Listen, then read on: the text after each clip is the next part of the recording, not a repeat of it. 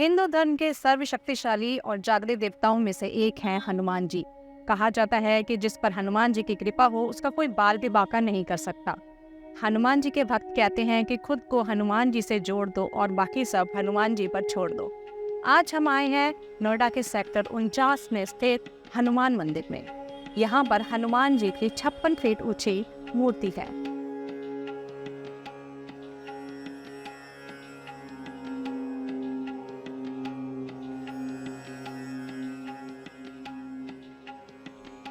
आज हमारे साथ हैं अनुराग दास महाराज जी। अनुराग दास जी, आपका हिंदू संकल्प।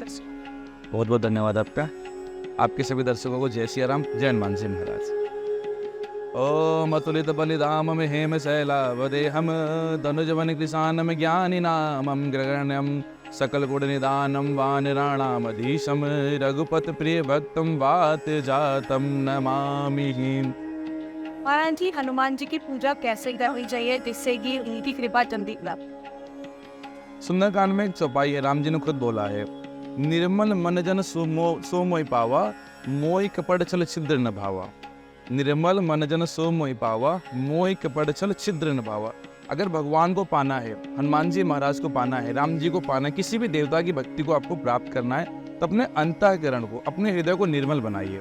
जैसे ही आपका हृदय निर्मल होगा, 6 विकारों को त्यागिए। आप काम, क्रोध, लोभ, मोह, मत, मत्सर इनको त्यागिए और भगवान के प्रति प्रेम करिए। आसक्ति बढ़ाइए, प्रेम करिए, आपको भगवान की कृपा सहज भाव से प्राप्त हो जाएगी।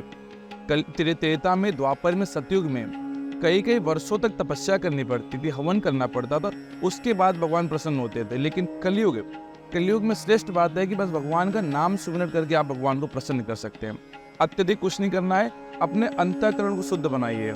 दूसरों से ईर्ष्या की भावनाओं को त्यागिए, जलन की भावना त्यागिए, क्रोध को त्यागिए, लोभ मोह को त्यागिए और भगवान से प्रेम करिए। और जो ही आपको परमात्मा से प्रेम होगी, आपको सहजता से भगवान की भक्ति मिल जाएगी। हनुमान चालीसा कैसे सिद्ध करें? हाँ, बहुत अच्छा प्रश्न आपका। हनुमान चालीसा कैसे सिद्ध करी जाए? हनुमान चालीसा की सिद्धि करने के लिए आपको 43 दिनों का संकल्प लेना पड़ेगा, ब्रह्मचर्य व्रत का पालन करना पड़ेगा, भूमि शयन करना पड़ेगा, सात्विक भोजन ग्रहण करना पड़ेगा। नित्य प्रतिदिन 100 हनुमान चालीसा का पाठ करिए। सरसों का तेल या चमेली के तेल का दीपक जलाइए, हनुमान जी को चोला अर्पण करिए। उसके बाद भजन गाइए, भगवान का नृत्य करिए, भगवान का गुणगान गाइए, भगवान के नाम का जप करिए और भूमि शयन करके अपने आप को इस प्रकार से अकेले में रखिए, एकांतवास में रखिए। अत्यधिक से अत्यधिक मौन व्रत का पालन करिए और उसके बाद आपको अवश्य हनुमान जी की सिद्धि प्राप्त होगी। 41 दिन के भीतर हनुमान जी महाराज आपको स्वप्न में आके दर्शन देंगे, या किसी बालक के रूप में आके आपको दर्शन देंगे, या किसी बंदर के रूप में आके आपको दर्शन देंगे। और जब आपको दर्शन मिल जाए तो आप समझिए कि आपको सिद्धि हनुमान जी की प्राप्त हो चुकी है। अच्छा, हनुमान चालीसा कितनी शक्तिशाली है और इसे सिद्ध देखिए, संसार में सबसे छोटा और सबसे शक्तिशाली कोई ग्रंथ है तो वो है हनुमान चालीसा। हनुमान चालीसा से ज़्यादा शक्तिशाली कोई ग्रंथ है ही नहीं। अगर व्यक्ति भावना के साथ, निर्मल मन के साथ, प्रेम के साथ हनुमान चालीसा का पाठ करे तो हनुमान जी हमारा शीघ्र प्रसन्न हो जाते हैं। लेकिन आजकल लोगों ने क्या बना रखा है कि हनुमान चालीसा का पाठ आपको पता है कैसे करते हैं? जैसे हनुमान उन्हें कुछ समझ में नहीं आता, उन्होंने क्या पाठ किया, तो हनुमान जी को क्या समझ में आएगा? देखिए, पाठ करने के लिए समय निकाले, प्रेम के साथ पाठ करिए। यहाँ लोग 1 मिनट में हनुमान चालीसा पाठ करके चल देते, नहीं, ये गलत बात है। 5 मिनट 7 मिनट का समय निकालिए, प्रेम के साथ हनुमान चालीसा पाठ कीजिए, तब उसका फल मिलेगा। ये नहीं कि आप दिन में 7 बार हनुमान चालीसा पाठ कर दे और 7 मिनट में पाठ कर दे, उसका कोई फल नहीं मिलेगा। पाठ करिए, एक ही पाठ करो दिन में, लेकिन प्रेम के साथ, भाव के साथ उनको सुनाओ, प्रेम से गुणगान गाओ, उनके भजन के माध्यम से पाठ करो हनुमान चालीसा का। यहाँ तो लोग फॉर्मेलिटी निभाते हमने हनुमान चालीसा पाठ किया है। या प्रेम के साथ हनुमान चालीसा पाठ करेंगे, दिन में एक ही पाठ करिए, अत्यधिक पाठ की आवश्यकता नहीं है। अगर आप पे समय की कमी है तो एक ही पाठ करो, प्रेम के साथ करो। और जब आप पाठ करना प्रारंभ करेंगे तो आपको 20-25 दिन के बाद ये बदलाव नजर आने लगेगा कि हाँ, जब से हमने हनुमान चालीसा पाठ प्रारंभ किया, हमारे जीवन में वाकई बदलाव आना प्रारंभ हो गया। बहुत शक्ति हनुमान चालीसा में। और हनुमान चालीसा का पाठ करने से हनुमान जी से अत्यधिक राम जी प्रसन्न होते हैं।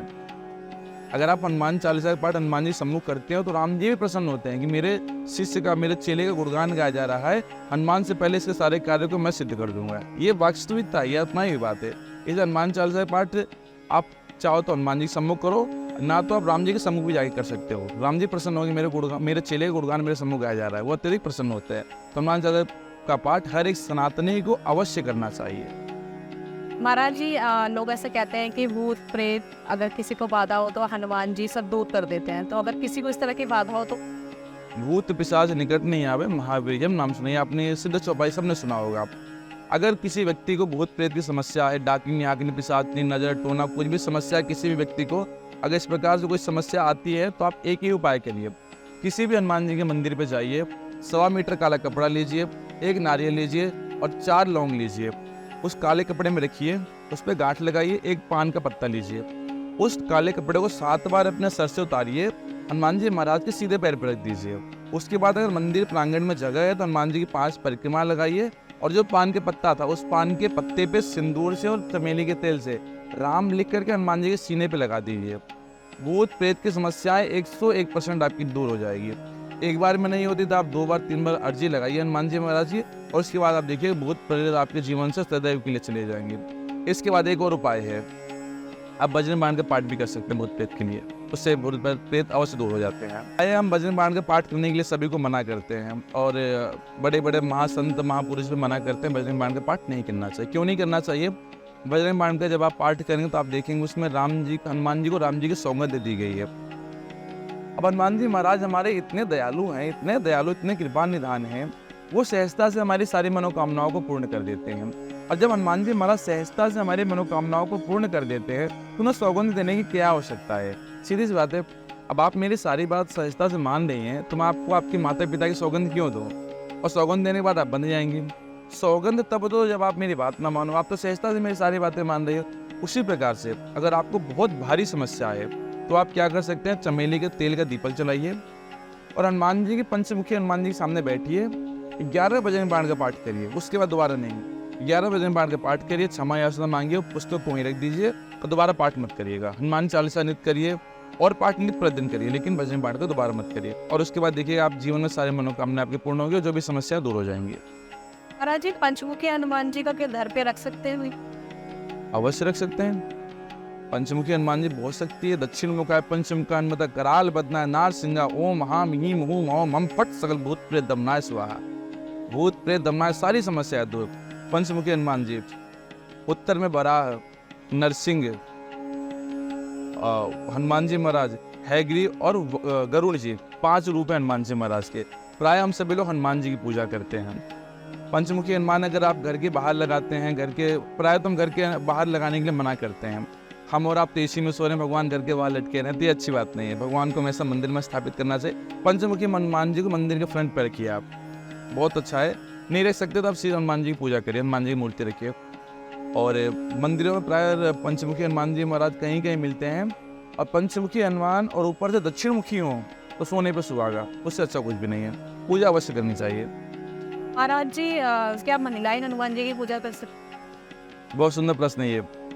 हम जब से हनुमंत कथा कर रहे हैं, हमारी हर कथा में प्रश्न हमसे पूछा जाता है कि महाराज जी, क्या महिलाएं हनुमान जी की पूजा कर सकती हैं या नहीं कर सकती हैं?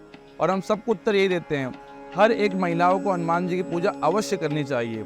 क्यों करनी चाहिए? आपके मन में प्रश्न आए महाराज जी क्यों करनी चाहिए? देखिए, हनुमान जी महाराज का जन्म कहाँ से हुआ था? हनुमान जी महाराज का जन्म माँ अंजनी के अंक से हुआ था। माँ अंजनी भी तो एक महिला थी। हनुमान जी महाराज जब अशोक वाटिका में जाते हैं, अशोक वाटिका में हनुमान जी महाराज को माँ सीता मिलती हैं। माँ सीता ने हनुमान जी महाराज को अपने गोद में बिठा के खिलाया था। हनुमान जी महाराज का छोटा स्वरूप था। माँ सीता भी एक स्त्री थी। अगर माँ जानकी हनुमान जी महाराज की स्पर्श कर सकती है, माँ अंजनी हनुमान जी महाराज की स्पर्श कर सकती है, तो आप भी स्पर्श कर सकती हैं, हर एक महिला स्पर्श कर सकती हैं। लेकिन एक अंतर है, आप कृष्ण भगवान की पूजा सखा के रूप में कर सकती हैं, परंतु हनुमान जी महाराज की पूजा या तो भाई के रूप में करेंगे, या तो आप अपने श्रेष्ठ के रूप में पूजा करेंगे, या तो अपने बेटे के रूप में पूजा करेंगे। लेकिन आप हनुमान जी महाराज को अपना सखा नहीं बना सकती हैं। अगर कोई कन्या है वो हनुमान जी महाराज को अपना भाई बनाए, कोई माँ है तो हनुमान जी महाराज को अपना बेटा बना के पूजा करे, अवश्य करे। 6 शास्त्र, 18 पुराण, 4 वेद, कहीं नहीं लिखा है कि हनुमान जी महाराज को महिलाएं नहीं छू सकती हैं। वो ब्रह्मचारी थे, ये बात सत्य है, लेकिन ये कहीं नहीं लिखा है कि महिलाएं छू नहीं सकती, महिलाओं को छूना वर्जित है। ये गलत है। ये कथा कथित बातें हैं, किसी महापुरुष ने बोला तुम उसको फॉलो करते चले आ रहे हैं, ऐसा बिल्कुल नहीं है। हनुमान जी महाराज अपने माँ से बहुत प्रेम करते थे, उनकी माँ अपने हाथों से हनुमान जी महाराज को खाना खिलाती थी, माँ जानकी हनुमान जी महाराज को खिलाती थी, ऐसा कुछ नहीं है। आप लोग प्रेम के साथ हनुमान जी महाराज की पूजा करिए। कोई समस्या आती, कोई आपसे वाद विवाद करता, कोई कुछ बोलता था, हमारे पास आ जाना सिद्ध हनुमान जी महाराज हनुमान धाम सरकार पे, हम आपके सारे प्रश्नों को उत्तर देंगे। महाराज जी, ऐसा कहा जाता है कि हनुमान जी 7 चिरंजीवियों में से एक है और कलयुग में ये हनुमान जी हैं, तो कहाँ निवास कर रहे हैं? बिल्कुल, आपने बिल्कुल सही बोला। हनुमान जी महाराज 7 चिरंजीवियों में एक है। इसके पीछे एक कथा आती है। त्रेता युग की बात है, जब राम जी महाराज अपनी लीला पूरा करने के बाद साकेत जाने लगे, तो राम जी ने बोला, हनुमान तुम भी हमारे साथ चलो साकेत। तो हनुमान जी ने बोला, भगवान आप चलिए, मैं पीछे पीछे आता हूँ। तो राम जी ने बोला, पीछे पीछे आता हूँ, तुम्हें कुछ काम है क्या धरती पे?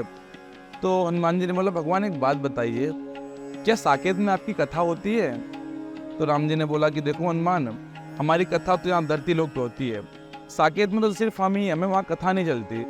तो हनुमान जी ने बोला, भगवान जहाँ आप हो वहाँ आपकी कथा होना तो मुश्किल है, लेकिन जहाँ आपकी कथा होती है वहाँ आप अवश्य विराजमान रहते हो। अर्थात धरती पे आपकी कथा होती है, मैं धरती पे आपकी कथा श्रवण करूँगा और आप कथा में अवश्य विराजमान रहोगे, तो आपको मुझे आपका सानिध्य मिलेगा। तो राम जी ने पूछा कि हनुमान ये बताओ तुम कब आओगे साकेत? तो हनुमान जी ने बोला, भगवान जब तक इस धरती में आपकी कथा होती रहेगी तब तक ये हनुमान इस धरती पे रहेगा। जिस दिन धरती पे कथा समाप्त होगी, धरती पे कथा होनी बंद हो जाएगी, उस दिन ये हनुमंत साकेत आ जाएगा। इसके पूछे कि श्लोक आता है, भगवान कहते नारद जी से, ना हम बसामि बैकुंठे योगिना हृदय नत भक्त वक्ता यत्र गायन्ति तत्र तिष्ठामि नारद। भगवान कहते हे नारद जी, ना तो मैं बैकुंठ में वास करता हूँ, ना ही साकेत में वास करता हूँ, ना ही मैं योगी जनों के हृदय में वास करता हूँ। मेरे भक्त जन मेरा भाव के साथ जहाँ भी नाम गाते हैं, जहाँ भी गुणगान करते हैं, जहाँ भी कीर्तन करते हैं, मैं प्रेम भाव के साथ वहाँ पे आके विराजमान हो जाता हूँ। इसलिए हनुमान जी महाराज कलयुग में है और कलयुग में तब तक रहेंगे हनुमान जी महाराज जब तक प्रभु राम के नाम का गुणगान होता रहेगा, तब तक हनुमान जी महाराज यहाँ पे विराजमान रहेंगे। और अभी भी हमारे आसपास में हनुमान जी महाराज विराजमान है। इन दृष्टि से नहीं दिख रहे, अगर हम देखना चाहें तो हनुमान जी महाराज यही विराजमान है। तो हनुमान जी महाराज कलयुग में रहेंगे और हम सभी की सारी मनोकामनाओं को पूरा करेंगे, हम सभी के सारे कष्टों को दूर करेंगे और निरंतर हमारे ऊपर अपने आशीर्वाद और कृपा बनाए रखेंगे। महाराज जी, आपने हमसे बात की, आपका बहुत बहुत धन्यवाद। आप सभी लोग हनुमान जी महाराज की पूजा करिए, आराधना करिए। जिस भी देवता को आप पूजते हैं उसकी पूजा आराधना करिए, प्रेम के साथ पूजा आराधना करिए और सारे हनुमान जी महाराज सारे दर्शकों पे सदैव अपनी कृपा दृष्टि बनाए रखें। आप सभी की सारी मनोकामनाएं पूर्ण करें। आप लोग जीवन में निरंतर मुस्कुराते हैं और जीवन में निरंतर हनुमान जी की तरह भक्ति अपने अंदर लाइए। जैसे हनुमान जी महाराज सहजता के साथ भक्ति राम जी के प्रति करते थे, वैसी भक्ति अपने अंदर लाइए। और दूसरी बात, हनुमान जी महाराज अष्ट सिद्धि नवनिधि के दाता थे। हनुमान जी महाराज से बड़ा कोई भी शक्तिशाली नहीं था। और हम और आप क्या करते हैं, थोड़ा सा पैसा आ गया, एक छोटा सा आईफोन आ गया, छोटी सी गाड़ी आ गई, तो हमारे और आपके भीतर अहंकार प्रवेश कर जाता है। और जो ही हमारे और आपके भीतर अहंकार प्रवेश करता है, हमारा और आपका पतन उसी समय स्टार्ट हो जाता है। तो हमें और आपको करना क्या है, जीवन में कभी अहंकार लेकर नहीं आना है। हनुमान जी महाराज चाहते तो रावण को मार के एक क्षण में माँ जानकी को लाके राम जी के सम्मुख रख देते, लेकिन नहीं, इतनी शक्ति होने के बाद भी अपने हाथों को जोड़ के रावण के सामने खड़े थे। जब हनुमान जी महाराज को लंका में ले जाया गया तो हनुमान जी महाराज लंका में रावण के सामने हाथ जोड़ के खड़े थे। इसको कहते हैं श्रेष्ठता, बल और शक्ति को संभालना। आपके अंदर शक्ति है, बल है, पराक्रम है, ऐश्वर्य है, उसको संभालिए। अपने भीतर कभी अहंकार मत आने दीजिए, क्रोध से विजय प्राप्त करिए। भगवान आपको सहज ही मिल जाए, आपकी सारी मनोकामनाएं पूरी करेंगे। अगर आपको ये वीडियो अच्छी लगी हो, आपको ये हनुमान जी महाराज का चरित्र अच्छा लगा हो, कुछ आपको सीखने योग्य बातें मिली हो, तो चैनल को सब्सक्राइब करिएगा। भविष्य में बहुत अच्छी अच्छी बातें इस चैनल के माध्यम से आपको मिलने वाली हैं। भगवान के प्रति, सनातन के प्रति, हिंदू के प्रति आपको बहुत जागरूकता इस चैनल के माध्यम से मिलेगी। तो अत्यधिक से अत्यधिक लोग इसको सब्सक्राइब करिए, वीडियो को शेयर करिएगा, कमेंट करिएगा, लाइक करिएगा, जिससे हमारे बहन जी का मनोबल बढ़ेगा और सदैव आप सभी पर हनुमान जी महाराज निरंतर कृपा बरसती रहे। जय श्री सीताराम, जय हनुमान जी महाराज, जय हनुमान धाम सरकार।